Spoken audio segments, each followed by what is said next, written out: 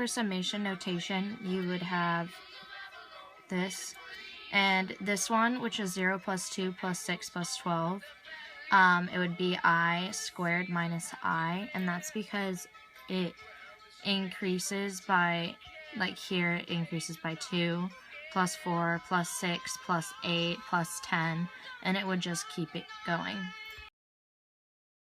Okay, so the difference between an arithmetic sequence and a geometric sequence is arithmetic sequences use addition. So you would get a number sequence that looks like this, 4, 8, 12, 16. And each term you would add by 4 to get the next term. Whereas geometric sequences, you multiply each term by a number. So you would say have the same sequence, 4, 8, 16, 32. But you'd be multiplying by 2 each time.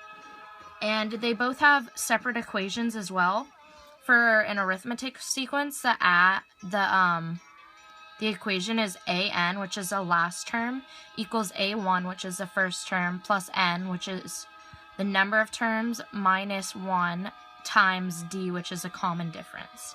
Whereas a geometric sequence, the equation is an, which is the last term, equals a1, which is the first term, times r, which is our common ratio, to the exponent of n minus 1, where n is the number of terms.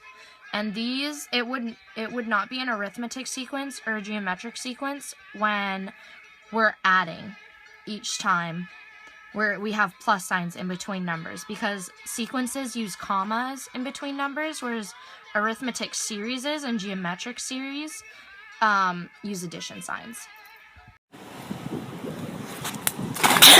So for the pyramid of Sleeza, we knew that it would be a geometric series, so we used the equation Sn equals a1 times 1 minus r to the n power over 1 minus r. And that's how we solved for how many rounds it would take the US population of 300 million people to join the pyramid scheme.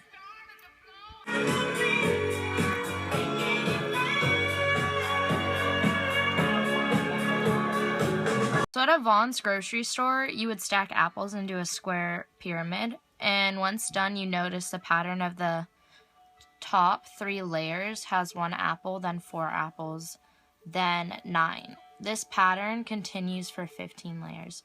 So 7A on our practice test is asking us to write a summation notation to calculate the total number of stacked apples. So we would put 15 up here because that's how many layers there are, and I equals 1, and our I would be I squared.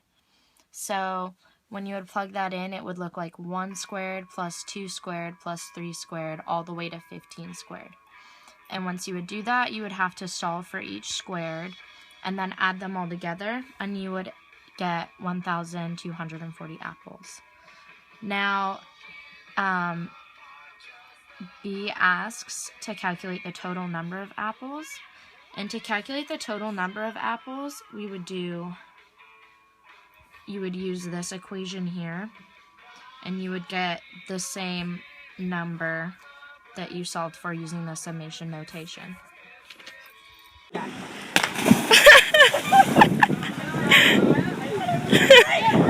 So for our retirement fund problem, number 8 on the practice test, we know that it would have to be a geometric series for each year.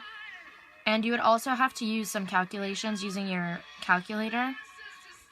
But so that we know that it's a geometric series, we can plug in 32 here for how many years it would take for total years, equals 6,000 for the first year, times 1 minus 1.07, which is 7%, to the 32nd power, which is how many years it would take, over 1 minus 1.07 for 7% again. And for each one of these, how we know it's a geometric series is each number increases by times 1.07 for, once again, 7%. And that's how we can solve for how much money you'll have after 32 years.